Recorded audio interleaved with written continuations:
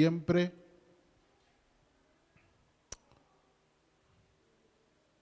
Déjeme nada más preparar aquí rápidamente. Ahí está.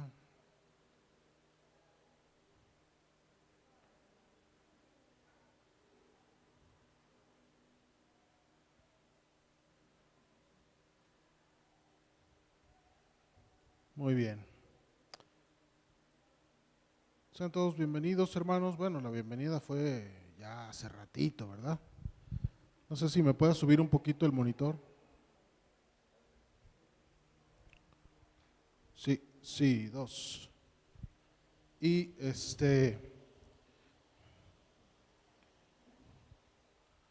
muy bien. Sí, ahí está. Gracias. Muy bien. Recuerda, hermano, levanta su mano si estuvo el domingo pasado. Virtual, pero estuvo. Les comentaba que, ay, sí se subió mucho, Inge. Bájale medio puntito al monitor, por favor. Les comentaba que iba a dividir el mensaje en 2 partes, así que el día de hoy vamos a ver la parte número 2. Y antes de empezar con la parte número 2, pues quiero que recordemos un poquito de la parte número 1 que vimos el domingo pasado. Y el domingo pasado empezamos con un pasaje en la palabra del Señor que está en Primera de Corintios, capítulo 10, que dice que durante todo el trayecto del pueblo de Israel por el desierto, había una roca que le seguía.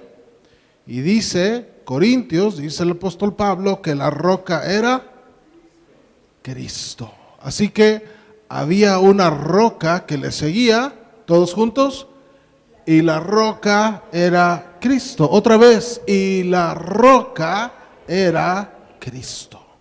¿Quién era la roca? No deja ningún lugar a duda, ¿verdad? No dice a lo mejor, no dice tal vez, dice y la roca era Cristo. Y vimos también, comparamos 2 pasajes de ese tiempo, de esos 40 años del pueblo de Israel en el desierto. Comparamos Éxodo 17 y comparamos Números 20. Y en los 2 pasajes nos relata cosas muy similares, en donde lo primero que vimos es que el pueblo se quejó de que no tenía agua. Número 1, en los 2 pasajes, el pueblo se quejó de que no tenía agua. Número 2, le reclaman a Moisés, en Éxodo 17, le reclaman a Moisés, y en Números 20 a Moisés y Aarón, y les dicen lo mismo, le dicen que no era mejor quedarnos allá en Egipto, donde no teníamos sed, donde no teníamos hambre.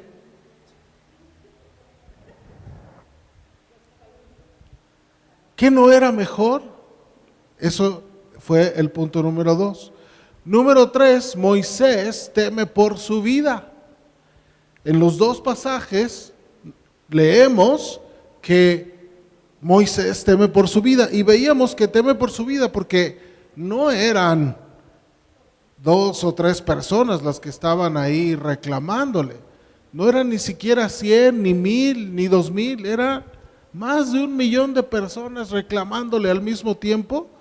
Y Moisés teme por su vida y corre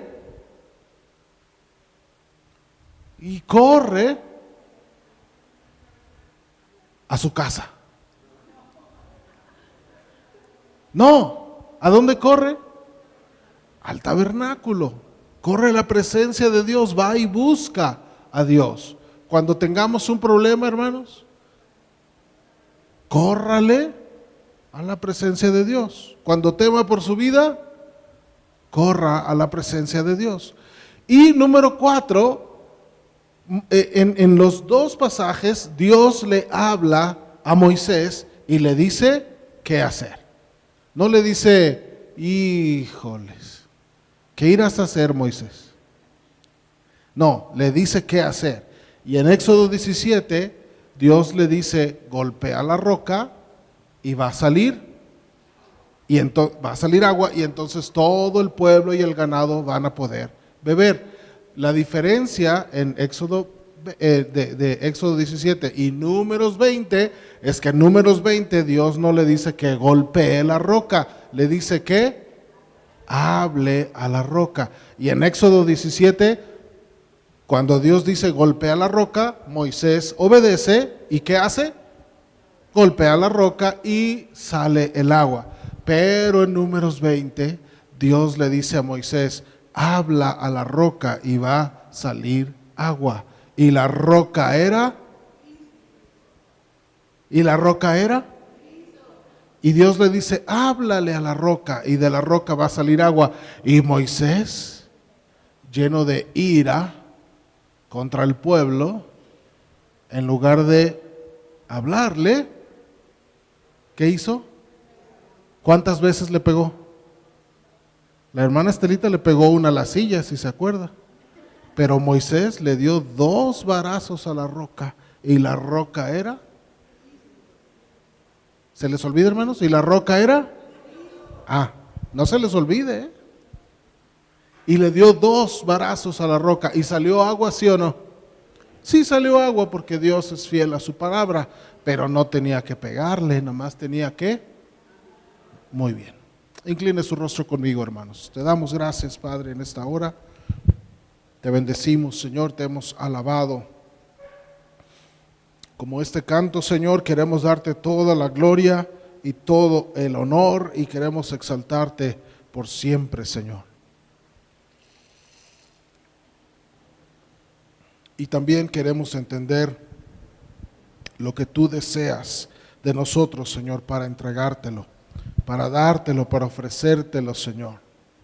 Gracias por tu palabra que nos revela, Señor, nos revela tu voluntad, nos revela tu personalidad, nos revela todo de ti, Señor. Podemos conocerte a través de tu palabra. Veíamos también que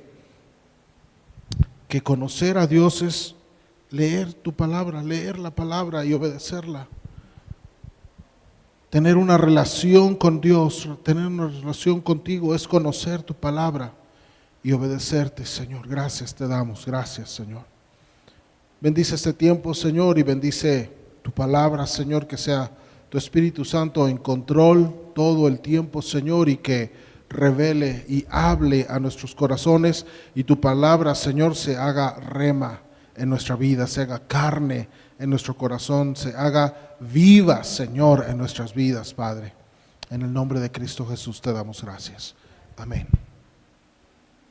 Así que, hermanos, vimos la diferencia entre Éxodo 17 y Números 20, ¿verdad? Y la otra diferencia es que hay 38 años de diferencia entre Éxodo 17 y Números 20, aunque las dos historias son muy similares y vemos cosas casi iguales, hay 38, 40 años de diferencia entre los dos pasajes y resulta que el primer pasaje en Éxodo 17 es el pueblo de Israel recién salido de Egipto, recién huyendo de Faraón, donde pasan por el Mar Rojo en seco y empiezan a ver las maravillas de Dios, el agua, empiezan a tener sed y había agua, pero dice que llegaron a las aguas de Mara, eran aguas amargas, y Moisés pone una rama, no se podía tomar esa agua, Moisés pone una rama y se convierte en agua que se puede tomar. Y luego Dios les da el maná y ven la nube, la presencia del Señor ahí sobre ellos, empiezan a ver las maravillas de Dios. Todo eso llega a Éxodo 17 y sucede lo que ya vimos. Pero Números 20 es 38 años después, 38, 40 años después, donde Dios ya castigó a esa generación que salió de Egipto. ¿Y se acuerda por qué los castigó? Lo vimos el domingo pasado. Palabra clave, porque tentaron a Dios. Y veíamos, ¿qué quiere decir tentar a Dios? ¿Se acuerda? ¿Qué quiere decir tentar a Dios? No creer, dudar, desafiar al Señor, como diciendo, sí, cierto, que nos vas a ayudar, que nos vas a sostener, que nos vas a proveer de esta agua que estamos necesitando. Y también leímos en la Biblia cómo Dios dice, no me han tentado me tentaron 10 veces ya y estoy cansado de este pueblo rebelde e incrédulo. Y Moisés, y lo que dice el Señor es que ya se va a acabar el pueblo de Israel. Moisés se pone a orar, intercede por el pueblo, derrama su alma delante de Jehová, y entonces el Señor le dice, ok, nada más porque tú me lo estás pidiendo, Moisés, el castigo no va a ser quitarlos a todos. El castigo va a ser que esta primera generación que está dudando de mí y que me está tentando ya por 10 veces, no verá la tierra prometida. Y viene el castigo del Señor. Y esa generación muere en el desierto. Y después de que muere en el desierto, esa generación, la generación que sigue es la segunda sigue el camino, la segunda generación, y llegamos a Números 20, donde hacen exactamente lo mismo. Vuelven a dudar de Dios, vuelven a decir, ay, el agua que no tenemos, ay, hubiéramos quedado en Egipto, ay. Moisés vuelve a temer por su vida, se va al tabernáculo, se va a la presencia, y entonces Dios le dice, háblale a la roca, y la roca era la segunda generación cuando llegamos a Números capítulo 20. Pero ya en Números capítulo 20, acuérdense que Dios ya castigó al pueblo de Israel, ya lo castigó y la primera generación muere en el desierto. Ahora llegamos a Números 20 y ahora el castigo es para Moisés y su hermano Aarón. Y Dios les dice que ellos, le dice a Moisés, tú no vas a meter a mi pueblo a la tierra prometida, a la tierra de Canaán. Y ahí nos quedamos, hermanos, pensando, reflexionando si el castigo fue muy severo para Moisés por 2 palazos que le dio a la roca. Parece severo, ¿no?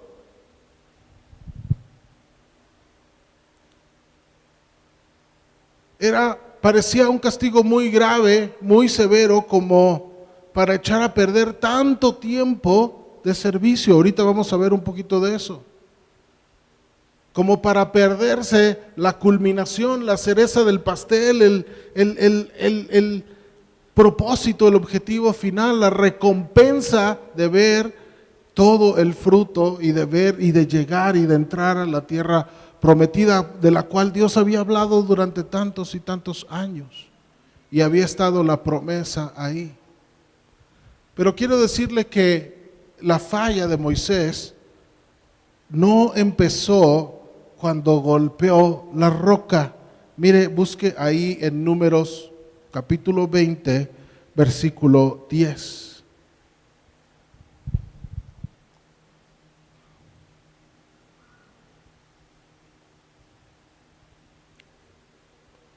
¿Lo tiene? Números 20, versículo 10. Acuérdese que el pueblo le está reclamando, no tenemos agua, nos hubiéramos quedado en Egipto. Y Dios le dice, háblale a la roca y saldrá agua. Y mire lo que dice Moisés. Reunieron Moisés y Aarón a la congregación delante de la peña o delante de la roca. Y les dijo, oíd ahora, rebeldes. Escúchenme, bola de rebeldes. Eso dijo, ¿verdad? Escúchenme, pónganme atención, rebeldes. ¿Os hemos de hacer salir agua de esta peña? Contésteme usted. ¿Era Moisés el que iba a hacer que saliera agua de la roca? Por supuesto que no. El que iba a hacer salir agua de la roca era Dios, no Moisés y no Aarón, y no ellos dos juntos, sino Dios. Pero Moisés, cansado del pueblo rebelde, del pueblo incrédulo, dejó que su ira, ¿se acuerda que también vimos ese versículo el domingo pasado? Airaos, pero no pequéis. Dejó que su ira se convirtiera en otra cosa más fuerte, ya en pecado. ¿Y cuál pecado fue? Atribuirse lo que Dios iba a hacer. Él no lo iba a hacer.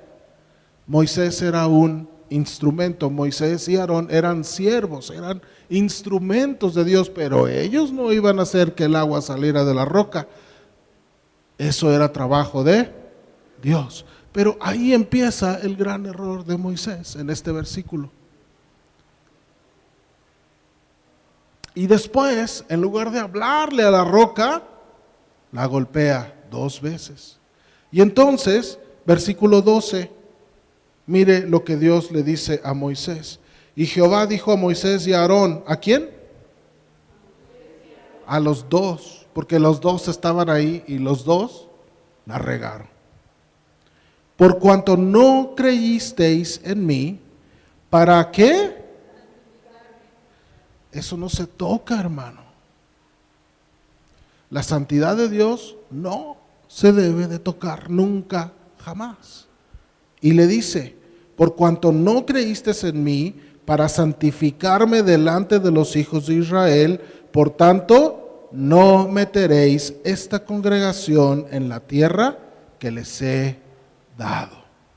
¿Cuál fue el motivo por el cual Dios castigó a Moisés? Ahí lo acabamos de leer. Sí, alguien ya lo dijo. No creyeron en él. Ahí dice, versículo 12, por cuanto no creísteis en mí. Les dice, esta es la razón por la cual vas a recibir un castigo. La razón es que no creyeron en mí. Así que lo que Dios le está diciendo a Moisés y Aarón es que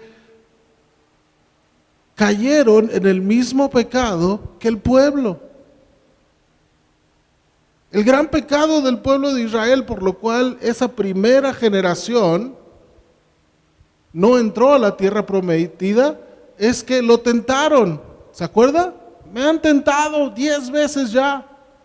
Y vimos que lo tentaron, o que lo que significa esa palabra es que no creían, no creyeron en lo que Dios iba a hacer. Y ahora le está diciendo a Moisés, ustedes también, por cuanto no creyeron, entonces no serás tú, Moisés, el que meta, dice, no meteréis esta congregación en la tierra que les he dado. Y quiero darle un detallito más de esta porción. En el versículo 1, donde empieza esta parte, esta historia, en el versículo 1, Números 21, dice, llegaron los hijos de Israel, toda la congregación, al desierto de Sin en el mes primero, y acampó el pueblo, ¿en dónde? En Cades. Y si su Biblia tiene subtítulo, la mía dice, error de Moisés en Cades. ¿Qué dice la suya? Agua de la roca. La mía dice, error de Moisés en Cades. Y esa palabra Cades, el nombre de este lugar al que llegaron, Cades, hermano, también lo puede encontrar, ahí dice Cades, C-A-D-E-S, ¿verdad? También lo va a encontrar en la Biblia como K-A-D-E-S-H, Kadesh, o Q-A-D-E-S-H, Kadesh. ¿Y sabe qué quiere decir Cades, Kadesh y Kadesh? Santidad. Santidad. Eso quiere decir Kadesh, santidad. Hermano, la santidad de Dios no se toca. Estaban en un lugar de santidad y cayeron en el pecado de la incredulidad.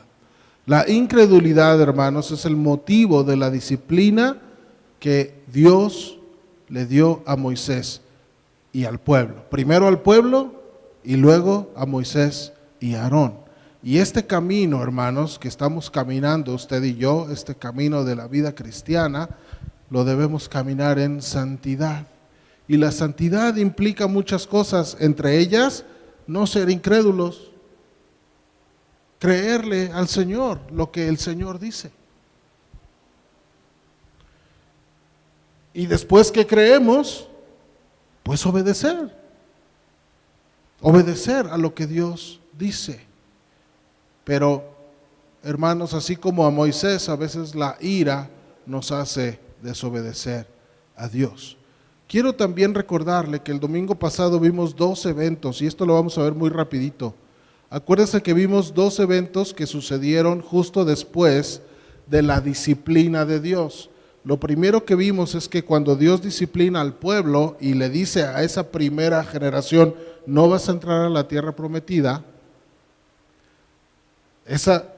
ellos reciben ese castigo, esa disciplina de parte de Dios a través de Moisés, el siervo, y como que se envalentonan, como que dicen, no, sí es cierto, es que ya vimos sus maravillas del Señor, ya vimos sus milagros, sus prodigios, nos da el maná, nos da el agua, esto, el otro, y se envalentonan y se van a hacerle la guerra a un pueblo, y usted lo puede leer en su casa, Números 14:39, nos narra la historia de la derrota en Horma, Horma, derrota en Horma.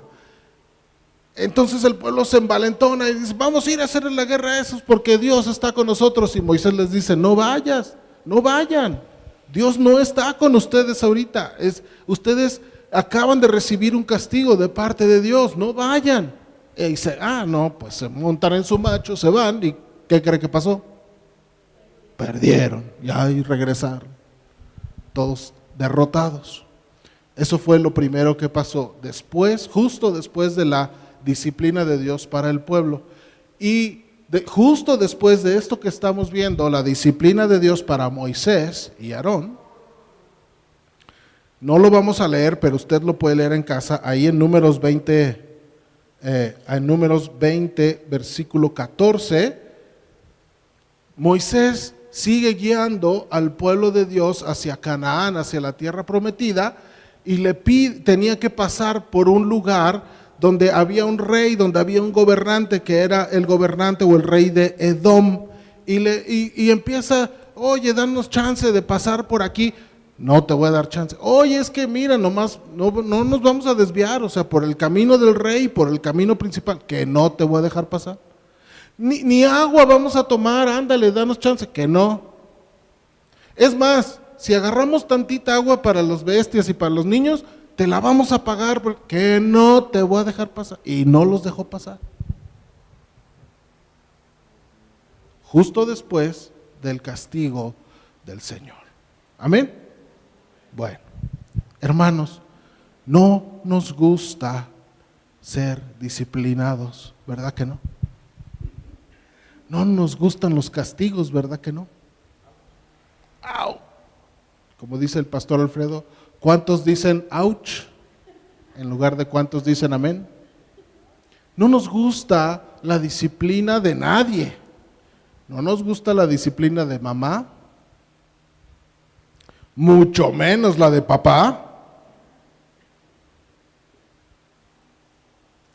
Y lo que el hombre siempre trata de hacer cuando recibe un castigo es que el castigo pase rápido y que yo pueda regresar a mi vida normal, ¿sí o no? Si usted castiga a un niño y lo pone contra la pared, le va a estar diciendo, pero ¿cuánto tiempo? Pero ya, ¿sí o no? No nos gusta, hermanos, desde niños hasta los adultos, pasando por todas las edades, colores y sabores, no nos gusta cuando somos disciplinados, cuando alguien nos pone un castigo, una disciplina a consecuencia de un error que tuvimos. Pero hermanos, cuando nosotros recibimos disciplina de parte del Señor, lo que deberíamos hacer es tomarlo como lo que es. La palabra del Señor nos enseña que Dios al que ama, entonces la disciplina de Dios es una forma de amor. ¿A quién no le gusta que lo amen? Levante su mano. ¿No le gusta que la amen? Bueno, pues póngame atención. Hermanos, la disciplina que nosotros recibimos de parte de Dios es una forma en que Dios muestra su amor para con nosotros. ¿Lo quiere leer o sí me cree que está en la Biblia? ¿Se lo quiere leer? Proverbios 3.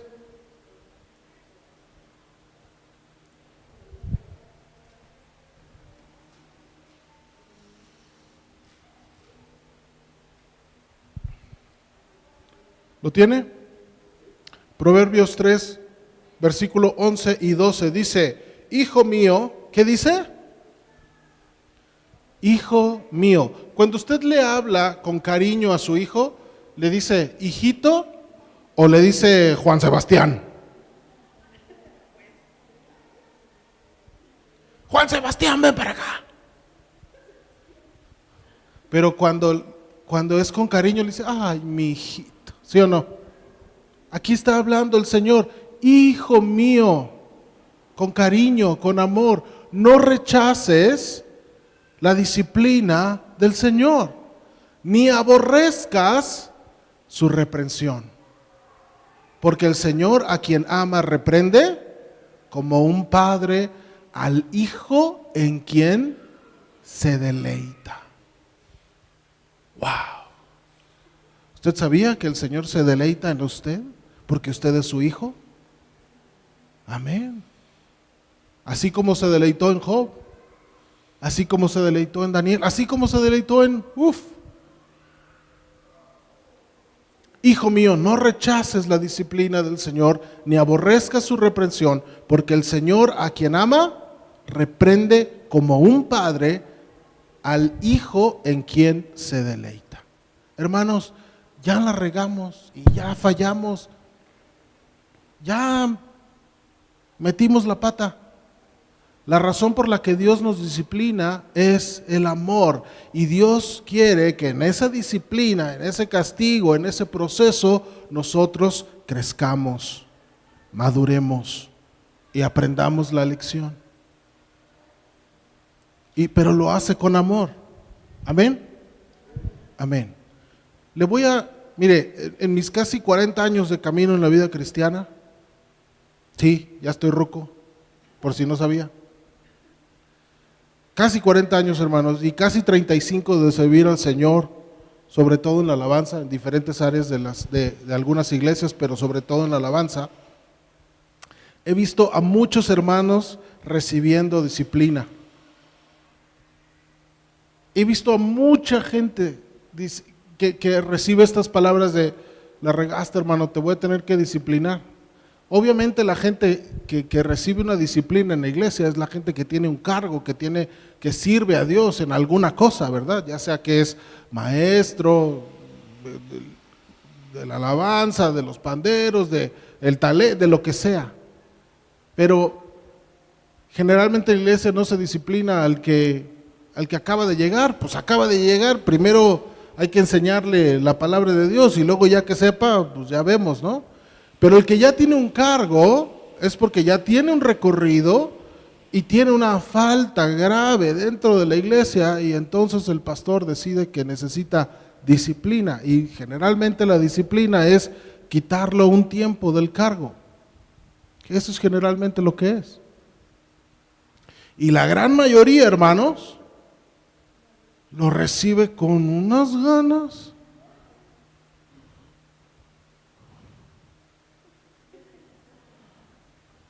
Con un ánimo, porque no nos gusta. No nos gusta que nos digan que la regamos y no nos gusta ser exhibidos, porque obviamente si los hermanitos ven que generalmente estás en el piano y ya van 2 domingos que no estás, ¿qué van a hacer? A preguntar, ¿y qué pasó, hermano? ¿Por qué no toca? No nos gusta. La mayoría de la gente lo recibe de muy mala manera. Le voy a contar, hermano, una vez que a mí me tocó recibir disciplina. ¿Usted, hermano? Sí, yo, ¿cómo ve?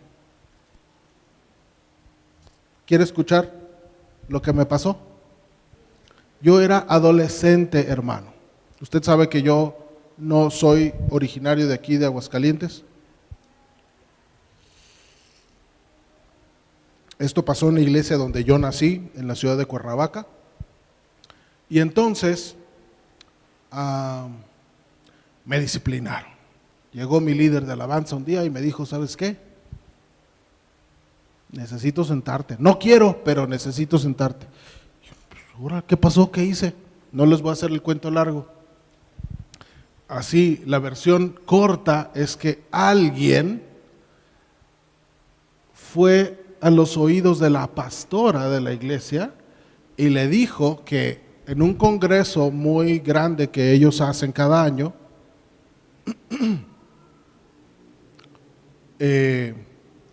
me habían visto, había unas escaleras que bajaban así como a otra sección de la iglesia, y que ahí en las escaleras me habían visto besándome con una chica. Con una chica, ¿eh?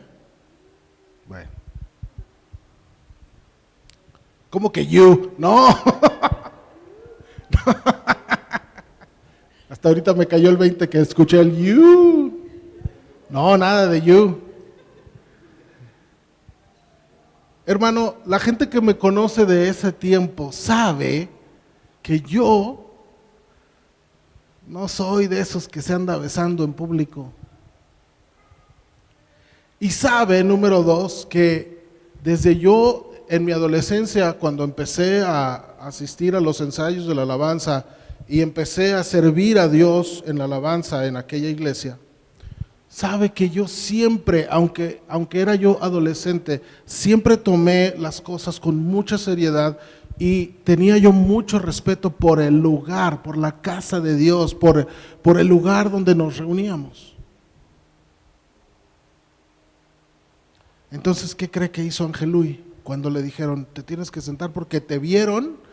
Quiero decirle que no me dieron chance de réplica, ni de defenderme, ni de decir mi versión, ni de decir, pues, quién fue, quién me vio, quién le fue a decir, que nada, absolutamente cero. Así que, ¿qué cree que hizo Ángel Luis? Pues se enojó. ¿Qué?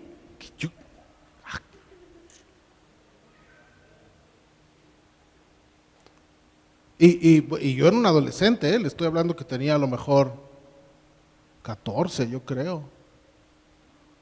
Estaba en la secundaria. Y mi líder pues ahora era un hombre, mi líder de alabanza pues era un hombre, y aparte un grupo de alabanza muy grande, era una iglesia muy grande, hermanos. Y entonces yo le dije a Juan Oropesa, mi líder de alabanza, pero ¿qué? Pero al fin y al cabo yo era un adolescente hablando con un hombre, hermanos. Y entonces, pues en ese momento como que me quedé así, como que, bueno.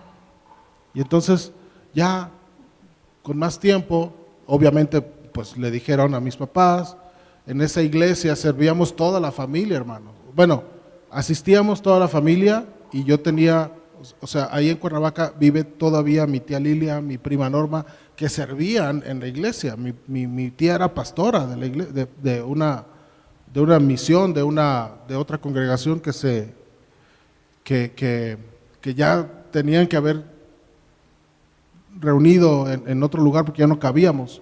Y mi prima Norma trabajaba en la oficina, o sea, pero de años, hermanos. Nosotros conocimos esa iglesia cuando era así, empezamos a ir a la iglesia cuando era una cosita muy chiquita y ya era una cosa muy grande y ahí seguíamos y todos, muchos sirviendo de la familia. Y mi familia me cobijó, hermanos, me aconsejó y me dijo, mira, hazlo. Recibe tu disciplina. Hazlo a conciencia.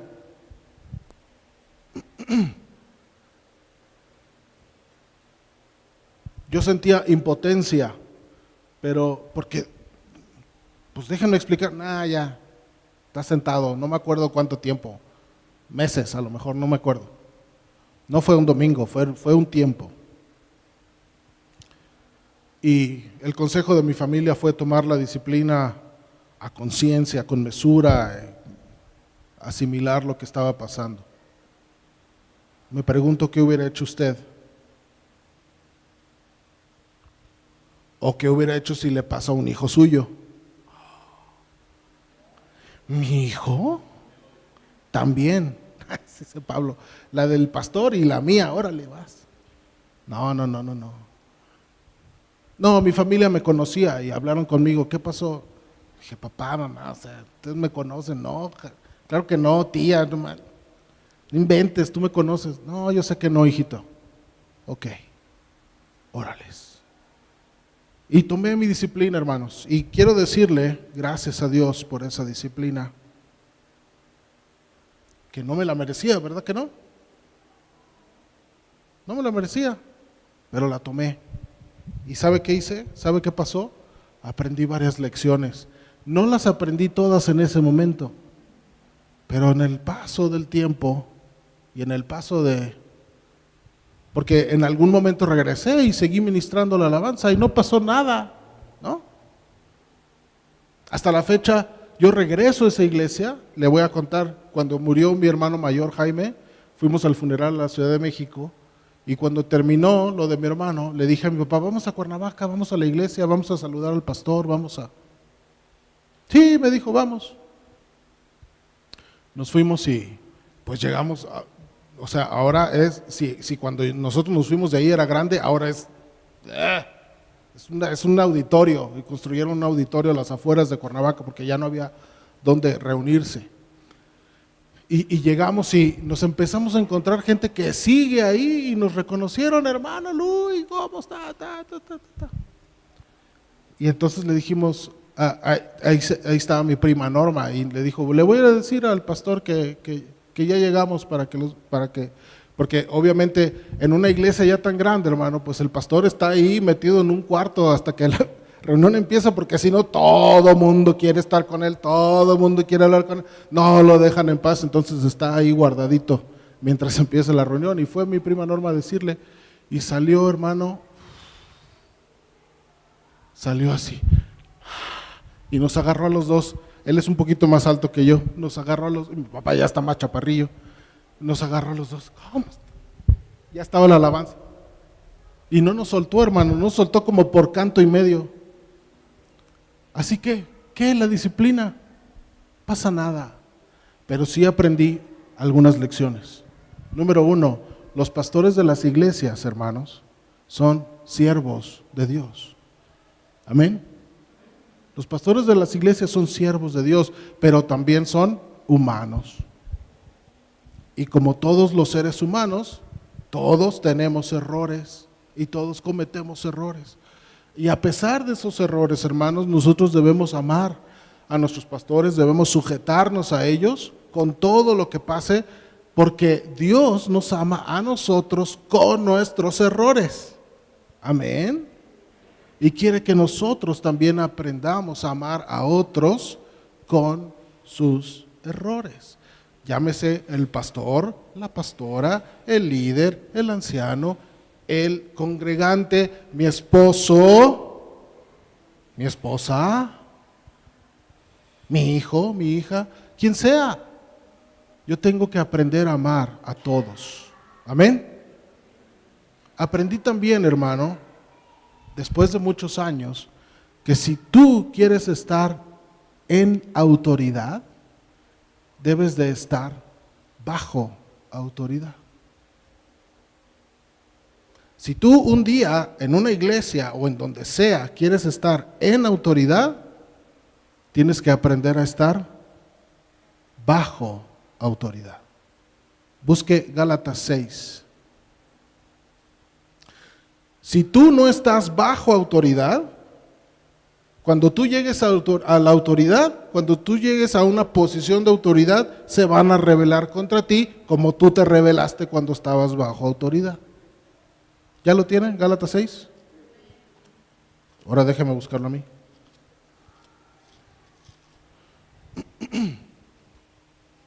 Gálatas capítulo 6, versículo 7 dice: no os engañéis, Dios no puede ser burlado, pues todo lo que el hombre sembrare, eso también segará. Hermanos,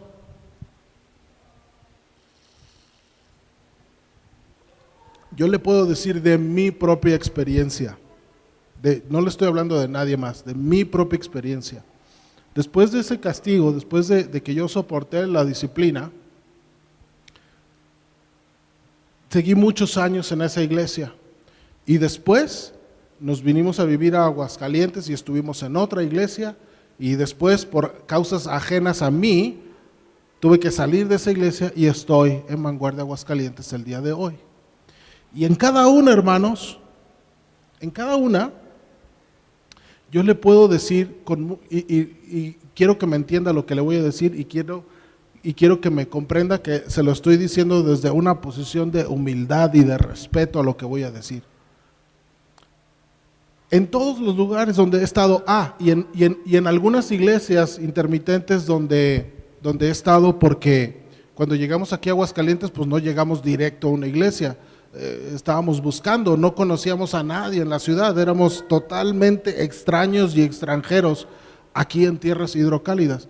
Entonces, un tiempo estuvimos viviendo en Calvillo y ahí había una iglesia muy chiquita y muy tradicional, así, casi no se movían, casi nomás era así.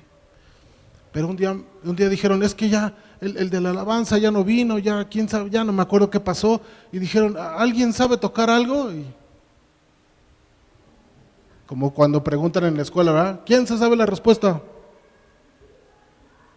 Pues yo veía y yo dije, pues yo sé tocar el piano. ¿De veras, hermano? No nos dirige ahí con un par de cantos. Y yo les dije, pues si quieren, nada más que yo no me sé himnos, porque ellos usaban himnario todavía. Y le dije, yo no me sé ni uno, yo me sé puras de Marcos. Las que se sepa, hermano, pues ándele. Y ahí estuvimos apoyando un tiempito en lo que vivíamos en Calvillo. Y así, tengo como varias cositas así.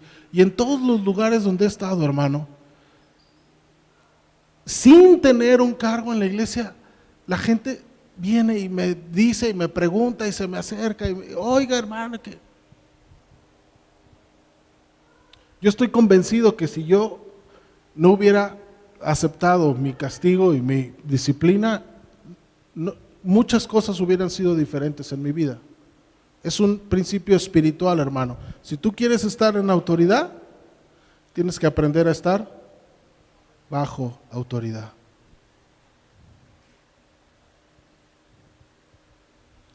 Una vez un pastor me dijo, ¿qué hacemos? ¿Me está hablando a mí? No es a mí al que tiene que buscar. Le dije, no, vete. Así, estaba en una iglesia, un problemón, hermano. Se iba a ir el 80% de la iglesia.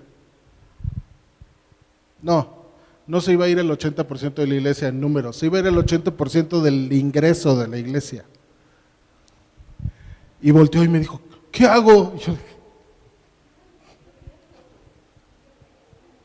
qué sé. No, sí le dije un par de cosas, pero no le voy a decir qué. Pero hermanos, aún en cosas así, no sé, no le puedo explicar, hermano, pero yo sé que si usted quiere estar en autoridad, tiene que aprender a estar bajo autoridad. También entendí por qué por qué decimos caminar con Dios o andar en los caminos de Dios. Cuando a alguien le preguntan, ¿qué onda aquí en el camino de Dios? ¿Verdad, hermano? No decimos, andamos corriendo con Dios, ¿verdad que no decimos eso? ¿Sabe por qué? Porque no son carreras. El objetivo no es llegar primero. ¿A dónde vamos? ¿Cuál es nuestro destino y objetivo final en esta tierra? Todo mundo quiere ir al cielo, nadie se quiere morir. Usted no puede ir al cielo si no se muere. La única forma de ir al cielo sin que muera es que Cristo venga por segunda vez, pero eso todavía no pasa. Todo el mundo quiere ir al cielo, nadie se quiere morir.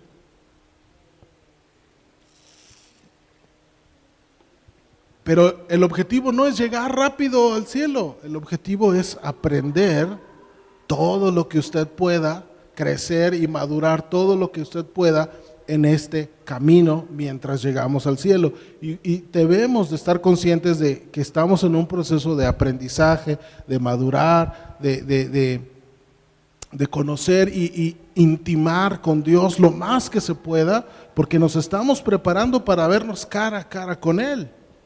La Biblia lo describe como el novio que está esperando a la novia. Y como novia no queremos llegar todos andrajosos y...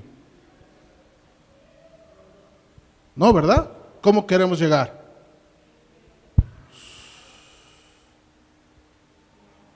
Blancos, limpios, presentables, oler bonito, como olor fragante, dice la palabra del Señor, no oler a carne.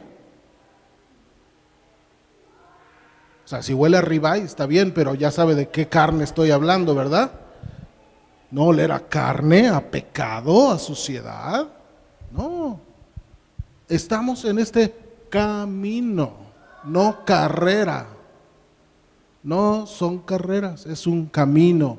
Y en este camino tenemos que ser pacientes, hermanos. La paciencia es primordial y la reflexión es primordial. Si un día le toca estar en disciplina, paciencia, reflexione. ¿Por qué estoy en esta situación? ¿En qué forma Dios me quiere mostrar su amor que me está disciplinando? ¿Qué quiere Dios enseñarme con esta disciplina? Bueno, regresemos al castigo de Moisés y vamos a ver si el castigo que Dios le puso a Moisés fue demasiado estricto, fue demasiado severo o no. Busque Deuteronomio 31, por favor. Ya nos vamos a la parte final de Moisés. Deuteronomio 31.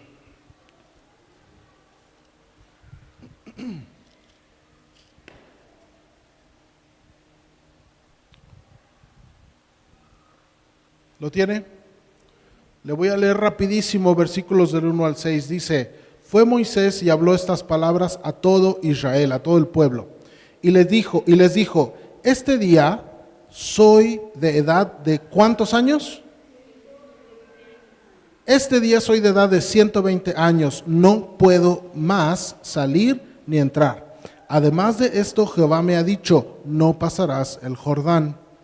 Jehová tu Dios, Él pasa delante de ti, Él destruirá a estas naciones delante de ti y las heredarás. Josué será el que pasará delante de ti, como Jehová ha dicho. Y hará Jehová con ellos como hizo con Sehón y con Og, rey de los amorreos, y con su tierra, a quienes destruyó. Y los entregará Jehová delante de ustedes, y haréis con ellos conforme a todo lo que os he mandado. Esfuércense y cobren ánimo, no teman ni tengan miedo de ellos, porque Jehová tu Dios es el que va contigo, no te dejará y no te desamparará. Lo que estamos leyendo, hermanos, es el pueblo de Israel ya a punto de entrar a Canaán. Y Moisés diciendo, yo no soy el que los va a meter. Porque se acuerda que Dios lo castigó de esa manera, ¿se acuerda? Pero el que los va a meter es Josué. Josué era a él lo estaba entrenando, a él. Ya al final, él es el que estaba a su lado de Moisés, y Moisés le decía todo, y lo estaba preparando. Ahora sigan a Josué, así como me siguieron a mí, ahora sigan a Josué. y Dios les va a entregar esa tierra, y no les tengan miedo, y no cobren ánimo, y Dios no los va a desamparar. Amén. ¿Y cuántos años tenía Moisés? 120 años, hermano. Y ahorita vamos a ver un detalle de eso, pero 120 años tenía Moisés cuando ya estaban a punto de entrar y él no podía entrar a la tierra prometida. Así que 120 años preparándose para este momento.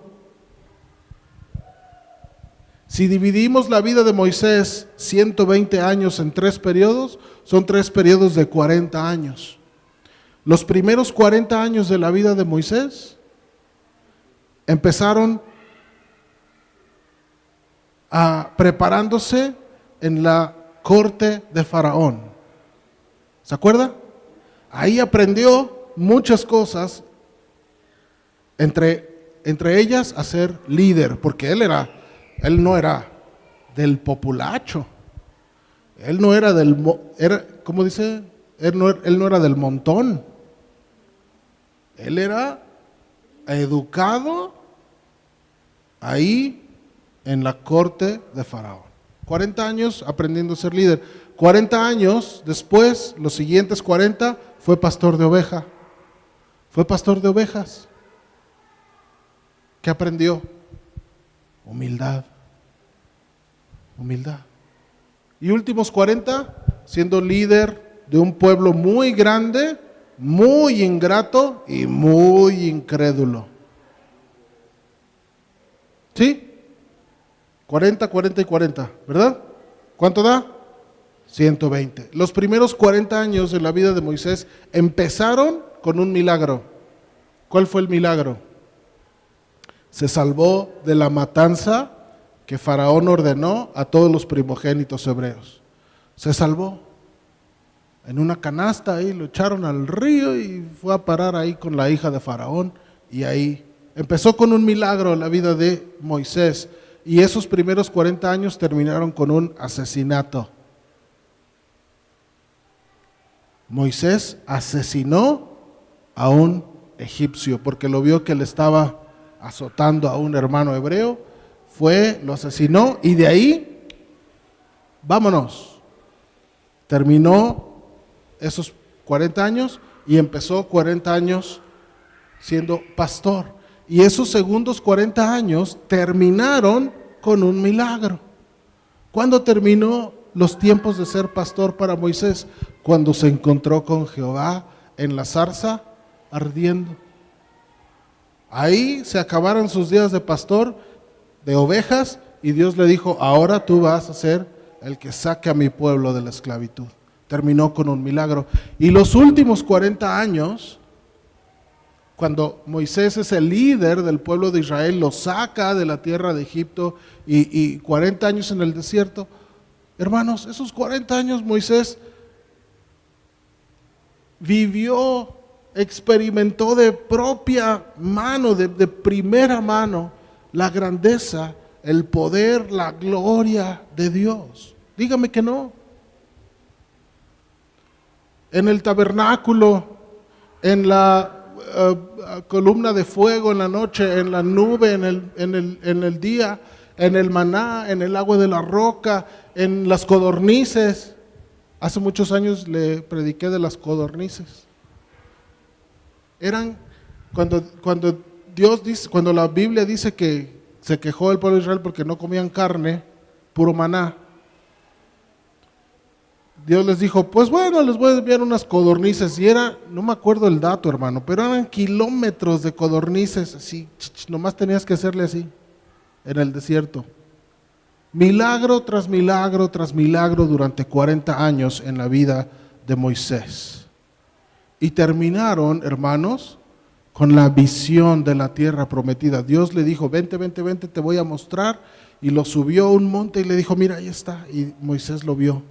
Moisés lo vio todo, sabía que no iba a entrar, pero Moisés lo vio todo, vio el plan culminado del Señor de meter a su pueblo a la tierra prometida. Váyase a Deuteronomio 34, por favor.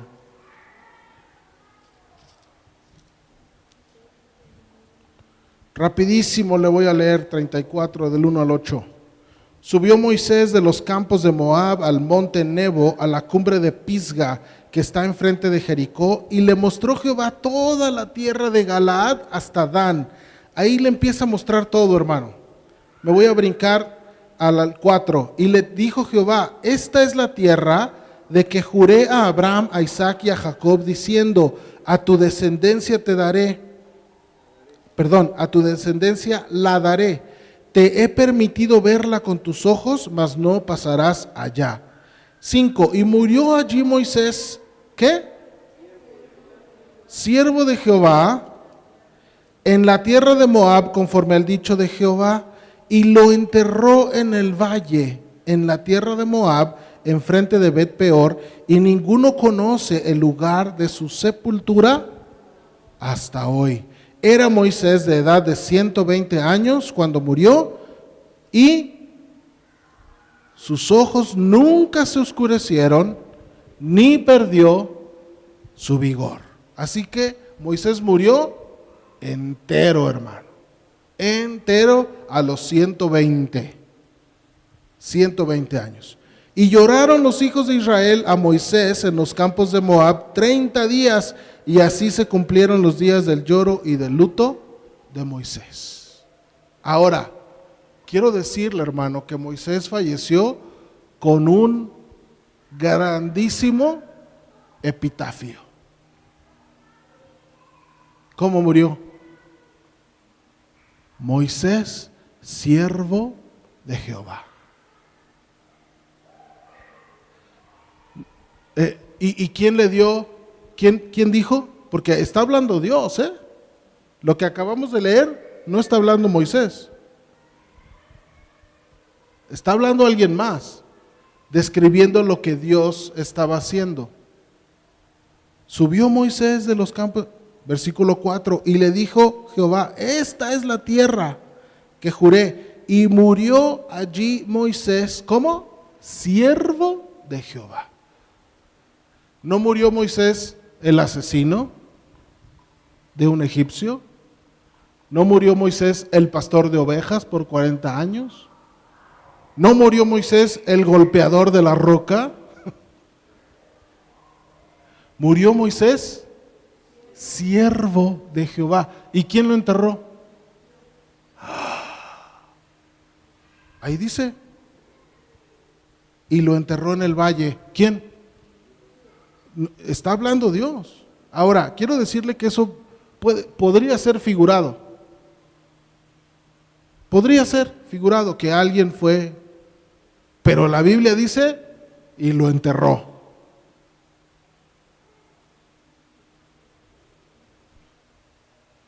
Murió como siervo del Señor, enterrado por Dios mismo. Y lo escondió. ¿Por qué lo escondió, hermano? Moisés murió lleno de vida, lleno de fuerza. Dice que no perdió su vigor, no perdió la vista. Y quiero decirle que Moisés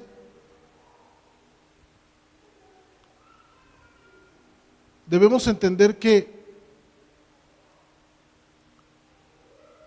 Moisés no entró a la tierra prometida porque se murió. Moisés murió porque no podía entrar. ¿Me capta la diferencia? Dios le dijo: hasta aquí, porque ya voy a meter a este pueblo y tú no puedes pasar. Así que vente, aquí te voy a enterrar, donde nadie sabe. Hasta hoy dice la Biblia que hasta hoy nadie sabe dónde está enterrado Moisés. Pero murió, hermano, no murió. Ya no puedo más. Por fuerza, por vigor, él podía seguir y entrar a la tierra prometida y ver Jericó destruido y ver las guerras ganadas. O sea, todavía podía.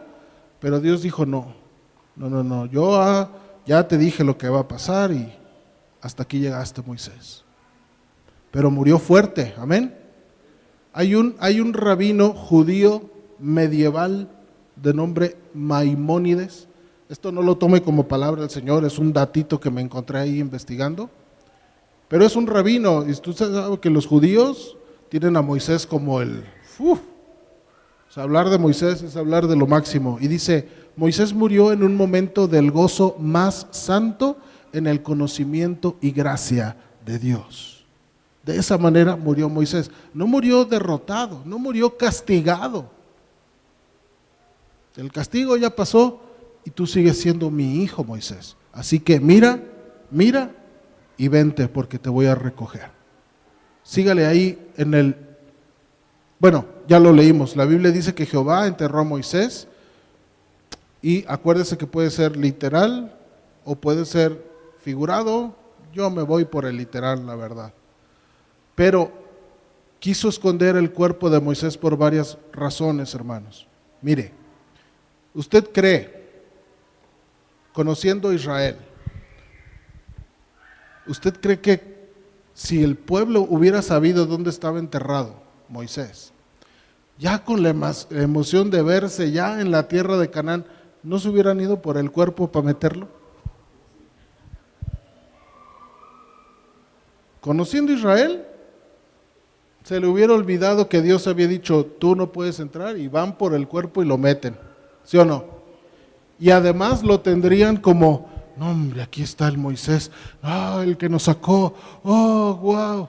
Mire hermano, durante toda la historia del pueblo de Israel, una de las cosas que más se queja Dios de él es la idolatría, ¿sí o no? Nomás se juntaban con 2, 3 pueblillos ahí, idólatras y paganos, y ya empezaban a adorar a la diosa de la fertilidad, y ya empezaban a rendirle culto a quién sabe qué otro. Imagínense a Moisés, no, ahí lo hubieran tenido San Moisés, lo hubieran beatificado, ¿sí o no? Pero Dios dijo, no, a este no me lo tocan, este es mi hijo, mi siervo, 120 años me sirvió, aquí lo voy a tener guardadito. Y además, una cosa más, con esto vamos a terminar, hermanos. Váyase a Judas. El libro de Judas en el Nuevo Testamento solo tiene un capítulo, solo uno.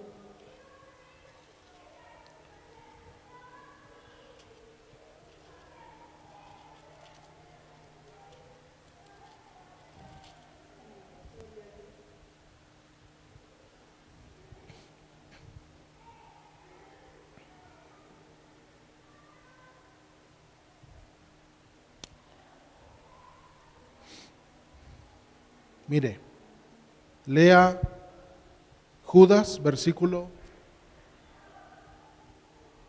3 y 4. Dice, amados, por la gran solicitud que tenía de escribirles acerca de nuestra común salvación, me ha sido necesario escribirles exhortándolos que contiendan ardientemente por la fe que ha sido una vez dada a los santos. Porque algunos hombres han entrado encubiertamente. Está hablando de entrar a la congregación, a la vida de la iglesia, ¿ok? Algunos hombres han entrado encubiertamente, los que desde antes habían sido destinados para esta condenación, hombres impíos que convierten en libertinaje la gracia de nuestro Dios y niegan a Dios, el único soberano, y a nuestro Señor Jesucristo. ¿Sí me entendió? Ok. 8, versículo 8.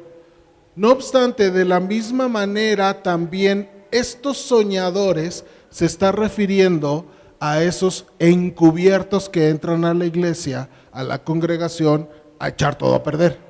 ¿Ok? Ok. 8. De la misma manera también estos soñadores mancillan la carne, rechazan la autoridad y blasfeman de las potestades superiores. ¿Verdad que la Biblia dice que tenemos que estar bajo autoridad? Amén. 9. Pero cuando el arcángel Miguel contendía con el diablo, disputando con él por el cuerpo de Moisés, no se atrevió a proferir juicio de maldición contra él, sino que dijo, el Señor te reprenda. 10. Pero estos blasfeman de cuantas cosas no conocen, y en las que por naturaleza conocen, se corrompen como animales irracionales.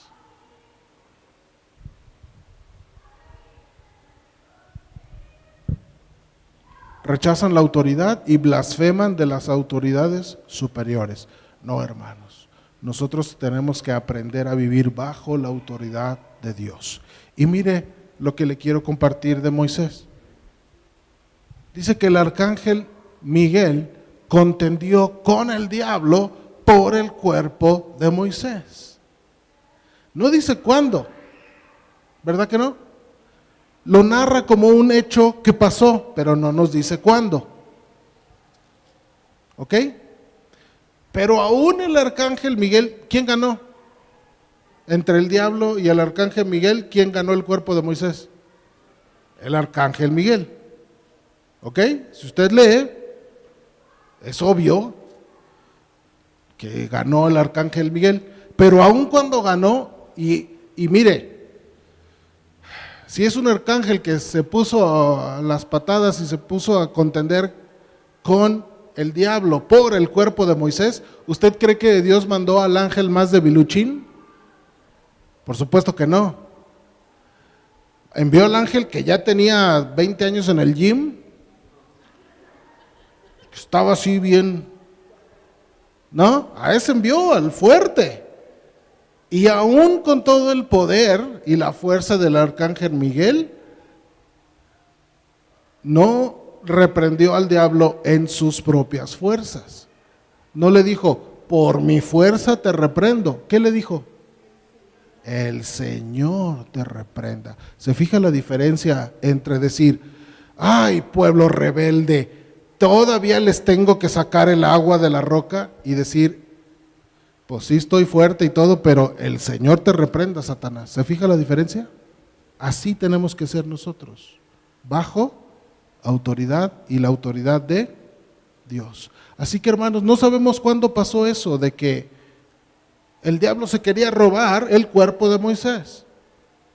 ¿Y por qué se lo quería robar? No sabemos, no lo dice, pero ¿se acuerda? Aquí vemos que el Señor todavía tenía un propósito para Moisés, aun cuando ya había fallecido, porque muchos años después de que Moisés falleció y Dios lo enterró y lo guardó y lo escondió, podemos encontrar la transfiguración. La transfiguración, hermanos, es el Señor Jesucristo, muchos años después de Moisés, el Señor Jesucristo en el monte, metido con Dios, buscando la presencia de Dios, porque sabe que va a ser crucificado por nuestros pecados para traer salvación completa al mundo. Y ahí en ese momento sucede la transfiguración y dos personajes del Antiguo Testamento llegan con Jesús a darle ánimo, y esos eran Moisés y Elías. Habiendo Daniel, habiendo David, habiendo Eliseo, habiendo Jeremías, habiendo un montón de personajes en el Antiguo Testamento, hermanos, llegaron dos con Jesús, Jesucristo, el Hijo de Dios, a darle ánimo, Moisés y Elías. Dígame si el castigo de Dios fue severo para Moisés. Por supuesto que no, hermano. No fue demasiado severo. Lo estaba preparando, hermanos. Lo estaba preparando. No fue un castigo así de por un capricho de Dios. Dios no es caprichoso. Dios sabe lo que hace. Dios es santo y sabe todo. Amén. Amén. Así que, hermano, con todo el amor, Dios castigó a Moisés y le dijo, no vas a entrar porque aquí te voy a guardar, te necesito para el día más glorioso de la Biblia. Te necesito para el acontecimiento más poderoso, más glorioso, más impactante en la historia de este mundo, cuando mi hijo entregue su vida, cuando el Cordero de Dios derrame su sangre y se haga el sacrificio que se necesita para la salvación del mundo. Ese día te necesito, así que hoy te tengo que castigar.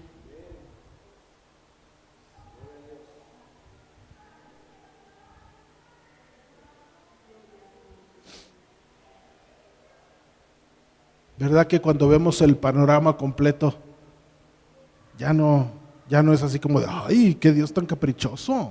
¿Verdad que no? Pero hay que ver el panorama completo, hermanos. Y hermanos, lo que nosotros tengamos que aguantar en esta tierra, si un día nos toca disciplina, tómela. Tómela recordando estas palabras. Tómela recordando a Moisés, siervo de Jehová. Y si no es disciplina, si es otra cosa, hermano, si es tribulación, si es prueba, si es lo que sea, lo que tengamos que pasar aquí. Recuerde que igual que Moisés, tenemos un propósito, tenemos un objetivo ahí en el futuro, encontrarnos con nuestro Salvador y nuestro Redentor y estar en la presencia del Señor para siempre. No tentemos al Señor, hermanos. No hay que tentar a Dios, no hay que dudar de lo que Él va a hacer, no hay que dudar de su palabra. Seamos crédulos, creámosle a Dios con toda la fe que podemos tener. Termine leyendo Jeremías 29. Usted lo conoce, es muy famoso, hermano, pero creo que con este contexto va a tomar un buen significado. Espero que tenga un buen significado para su vida, hermano. Jeremías 29.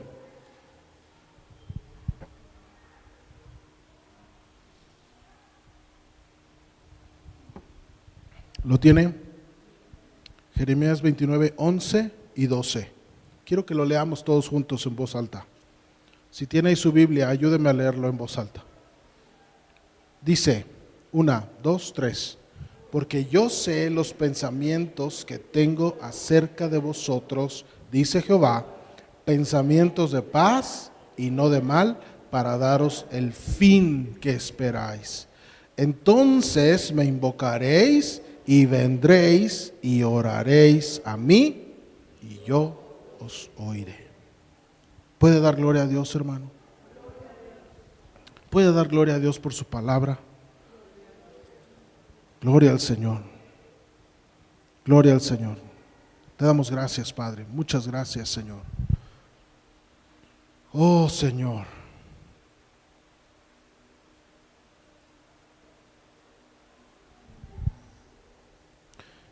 Queremos todo de ti, Señor. Queremos absolutamente todo de ti, Señor. Aunque en el momento tal vez no entendamos al 100%, queremos todo de ti porque sabemos, Señor, estamos convencidos que en el caminar, en el madurar y después nos daremos cuenta, Señor, de por qué hiciste lo que hiciste y podremos comprobar, Señor.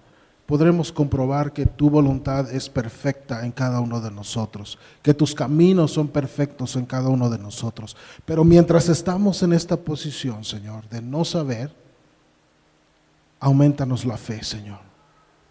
Aumentanos la fe para, aunque no lo veamos con nuestros ojos físicos, lo podamos ver con los ojos espirituales, manteniendo nuestra vista, Señor, en lo alto, manteniendo nuestra esperanza y nuestro auxilio, nuestro pronto auxilio ahí, Señor, en la roca, y la roca era Cristo. La roca sigue siendo Cristo, Señor. Gracias, gracias, Padre Santo, gracias, Señor. Aumentanos la fe, Señor. Ayúdanos a comprender estas cosas. Ayúdanos a vivir de la manera que tú deseas que vivamos. Ayúdanos a tomar las decisiones y a tomar los caminos que tú tienes preparados para nosotros. Sendas de justicia, esas sendas antiguas, Señor. Ayúdanos, Padre. Aquí está nuestra vida, aquí está nuestro tiempo, aquí está nuestra familia, aquí está, Señor, nuestros recursos, aquí están nuestros anhelos y nuestros sueños, Señor, te los entregamos, Padre, para que tú los tomes y los moldees de acuerdo a tu voluntad, para que tú les des forma y abras caminos, Señor, a donde tú nos quieres llevar, a donde tú quieres que nosotros vayamos, Señor. Gracias te damos, Cristo Jesús. Gracias te damos, te alabamos, Señor, te exaltamos. No hay palabras, Señor, para expresar la gratitud, el amor, Señor, que hemos aprendido a tener hacia nuestro Creador, hacia nuestro Salvador y Redentor de nuestras vidas. Gracias por tu gracia, Señor. Gracias por